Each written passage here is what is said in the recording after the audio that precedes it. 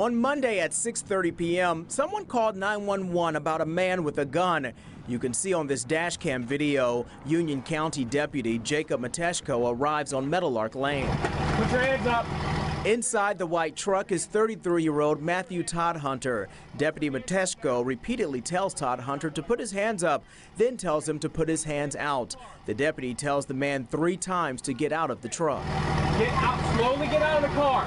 It happens quickly. Todd Hunter gets out of the truck, pointing a gun at the deputy. Within 1 second of Deputy Mateshko telling him to drop the gun, the deputy fires at least 5 shots. Todd Hunter falls to the ground. We also have video from Deputy Mateshko's body-worn camera.